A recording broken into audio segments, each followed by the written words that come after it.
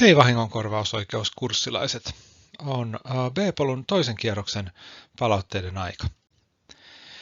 Ensin kuitenkin yksi yleisempi vuorovaikutusmenetelmiin ja palautekeskusteluihin liittyvä asia.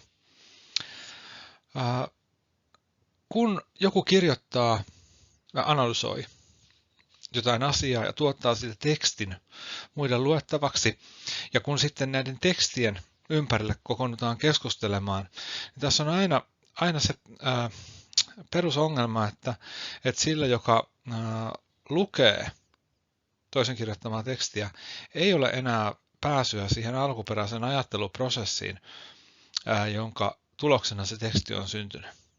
Meillä ei kerta kaikkiaan ole suoraa pääsyä toistemme ajatuksiin, vaan me joudutaan toimimaan tässä välittyneesti näiden tekstien kautta, joita te kirjoitatte.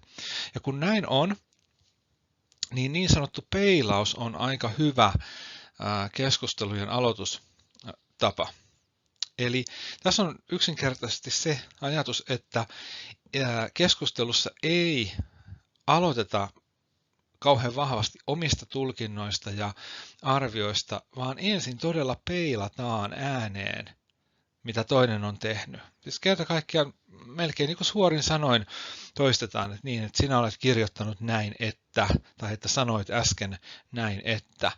Ja sen jälkeen vasta sitten esitetään näitä omia tulkintoja, että ymmärsin sinut näin tai tulkitsen sinut näin. Ja sitten tarkistetaan, että ymmärsinkö oikein. Ja sitten se toinen henkilö, tekstin tuottaja, saa mahdollisuuden sanoa, että onko se toinen niin kuin hänen mielestään ymmärtänyt nämä lähtökohdat ja hänen oman ajattelutapansa oikein.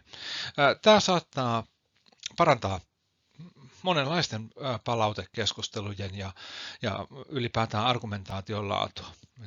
Ei sanota suoraan omiin tulkintoihin, vaan ensin peilataan ja tarkistetaan, että ollaanko ymmärretty se toisen ajatus oikein.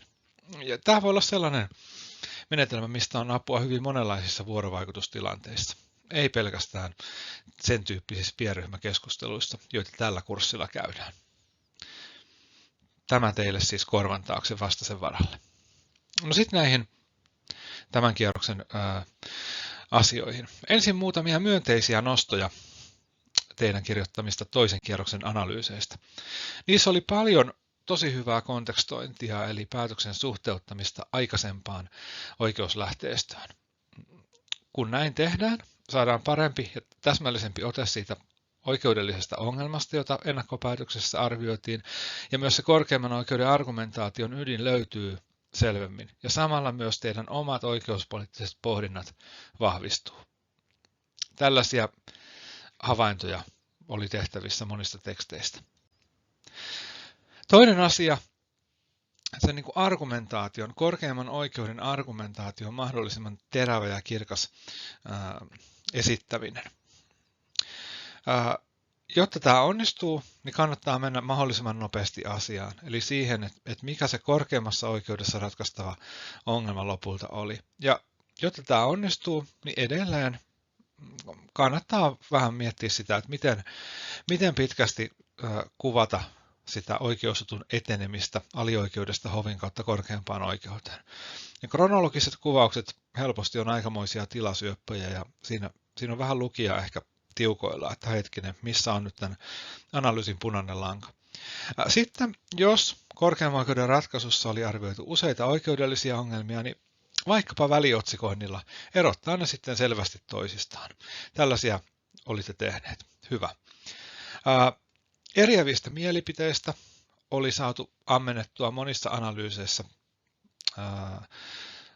pohdintaa. Hyvä näin. Niitä on aina viisasta nostaa esiin kunnon äänestyspäätöksiä. Ja lisäksi joissakin analyyseissä oli erillisiä lyhyitä, tiiviitä loppupohdintoja tai yhteenvetoja. Ne toimi aika hyvin. En sano, että ne on välttämättömiä aina, mutta ne jollain tavalla auttaa nostamaan sitä tekstiä vielä lopussa hieman ikään kuin korkeammalle tasolle. Yhdessä tekstissä oli jäsennetty isännän vastuuasetelmaa tuollaisella kuviolla. Tämä on siis suora kaappaus sieltä analyysistä. Mainiota. Oikeustieteellisissä teksteissä jollain tavalla hassusti arastellaan kuvioiden ja kaavioiden käyttämistä, vaikka ne monesti auttaisi paljon niiden asetelmien jäsentämisessä. Mietin myös kolmatta kierrosta silmällä pitäen, että ehkä joskus myös näitä tietyn tapauksen argumenttirakenteita voisi visualisoida jollain tavalla. Jätän pohdittavaksi. Ei nyt mikään välttämätön juttu, mutta jos joku kokee tuollaiseen vetoa, niin sitä voisi testata, että kuinka toimii. Seuraavaksi vastauksia teidän pienryhmien esittämiin kysymyksiin.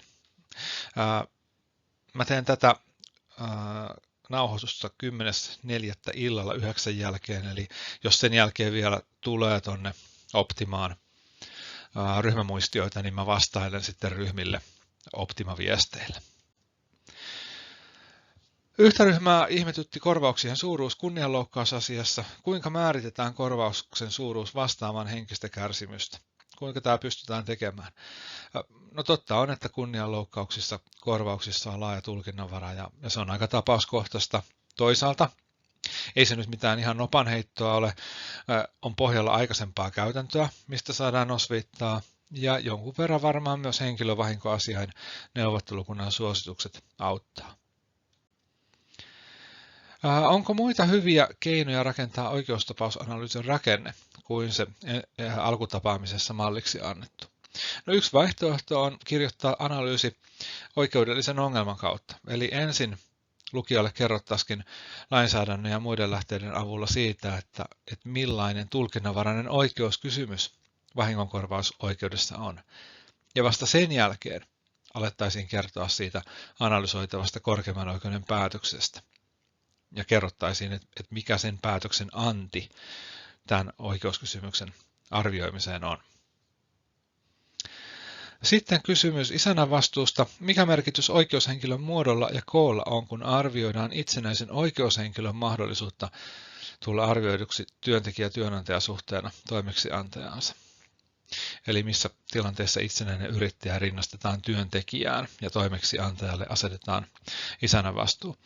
No, koolla on merkitystä. Että mitä isompi organisaatio ja mitä laajempaa toimeksisaajan toiminta on, niin sitä epätodennäköisemmin tämä toimeksisaaja rinnastettaisiin työntekijään. Siitä kun koko kasvaa ja volyymi kasvaa, niin se alisteisuus ja epäitsenäisyys vähenee. En korosta tässä kauheasti sitä oikeushenkilön muotoa. Sitten asiantuntijalausunnoista. Onko niiden noudattaminen tuomioistuimissa yleisempää kuin se, että niitä jätettäisiin noudattamatta? Kuinka usein ratkaisu pohjautuu käytännössä asiantuntijalausuntoon? En mä osaa tästä mitään empiirisiä arvioida tai prosenttiosuuksia heittää. Perustelemisen kannalta, argumentoinnin kannalta keskeistä on, että myös näyttöarviot on perusteltavaa. Eli kyllä tuomioistuimen on selitettävä auki se, että miksi tietyn asiantuntijan tietylle näkemykselle on annettu tietty painoarvo, tai että miksi tietty asiantuntijanäkemys sivuutetaan ratkaisun perusteluissa. Ja kun näin on, niin sellaisilla yleisillä prosenttijakaumeilla ei välttämättä hirveästi siinä perustelemisessa ole painoarvoa. Mikä merkitys ennalta arvaamattomuuden arvioinnissa annetaan jo kaatuneelle tolpalle tai toisaalta vasta kaatumassa olevalle tolpalle? 2015-53 päätös taustalla.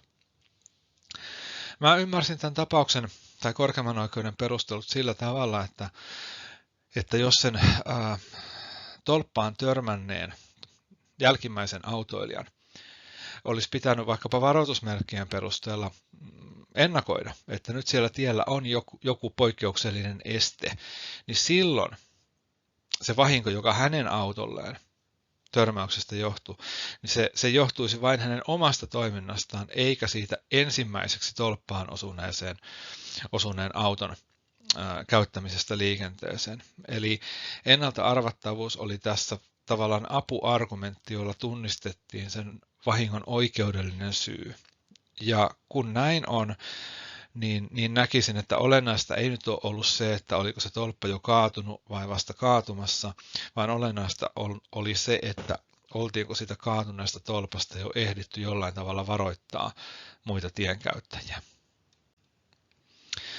Oletko samaa mieltä korkeimman oikeuden kanssa siitä, että kärsimyksestä tulee korvata erikseen? Tässä oli taustalla vuoden 2012 päätös 74, jossa oli semmoinen pahoinpitelyomainen, vahvasti nöyryttävä tapahtumaketju. No, itse mä tervehdin tämän tapaisia korkeimman oikeuden ratkaisuja ilolla siksi, että meillä on oltu vuosikymmeniä tosi pidättyväisiä aineettomien vahinkojen korvaamisessa ja nyt selvästi lainsäätäjän ratkaisujen myötä myös korkein oikeus on hölläämässä linjaansa. Ja kyllä tässä musta niin vahvistuu se ajatus, että myös vahingonkorvausoikeudessa keskeistä on ihmisarvon kunnioittaminen. Et silloin kun tekokokonaisuudessa on vahvasti nöyryyttäviä tai halventavia piirteitä, niin tuntuu perustellulta soveltaa kärsimyskorvauspykäliä. Sitten kysyttiin, kuinka helposti sovittelusäännös tulee vahingonkorvaustapauksissa kyseeseen. Puhutaan tästä loppuseminaarissa, mutta ainakin nyt tässä varmasti täytyy erottaa erilaiset sovitteluperusteet. Myötävaikutusperusteiden sovittelu on aika helposti nähtävissä niin, että siinä itse asiassa vaan noudatetaan vahingonkorvausoikeuden perusperiaatteita, kun taas kohtuusperusteinen sovittelu herkemmin nähdään poikkeukseksi pääsäännöstä. Eli eri sovittelusäännösten tai sovittelutilanteiden osalta tämä vastaus voi olla erilainen. No sitten lopuksi vielä muistutan siitä, että lukekaa toistenne analyysejä laajasti. Ne on teille aivan verraton oppimisen resurssi. Yksi tärkeä osa tätä kurssia. Käyttäkää aikaa, lueskelkaa, miettikää, millä tavalla joku toinen on jonkun tietyn analyysin rakentanut, miten se eroaa siitä, miten itse olette niitä analyysejä rakentanut ja mikä on hyvää tai mitä voisi tehdä toisin. Te opitte varmasti paljon tekemällä tällaista lukemis- ja ajattelutyötä näiden viikkojen aikana. Tsemppiä 3. kierrokselle ja me tavataan Rovaniemellä pari viikon kuluttua. Kiitos.